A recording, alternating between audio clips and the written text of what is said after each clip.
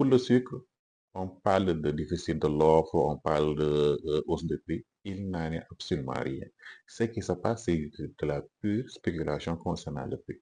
Concernant l'offre, on a une offre très conséquente.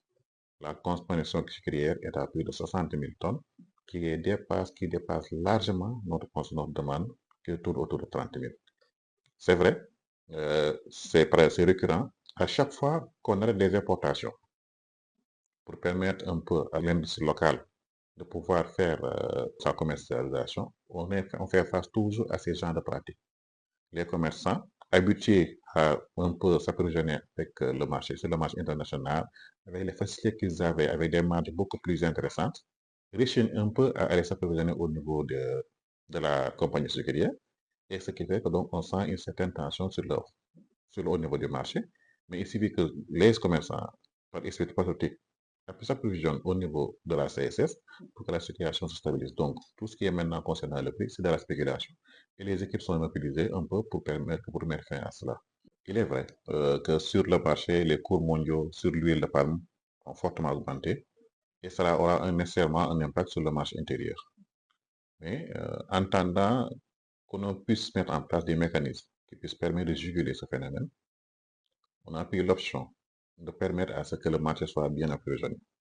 Et en ce sens, on a fait une application de vérifier des prix pour permettre à ce qu'il y ait un bon niveau d'approvisionnement en mieux. Parce qu'on ne pourrait pas prendre le risque de prendre un marché complètement à sec en termes d'huile. Ce qui a fait que, bon, de 21 $, on est présentement aujourd'hui à 28 $ pour l'huile de palme. C'est normal qu'on puisse savoir qu'il y ait une certaine variation concernant l'huile, mais cette variation est assez minimale.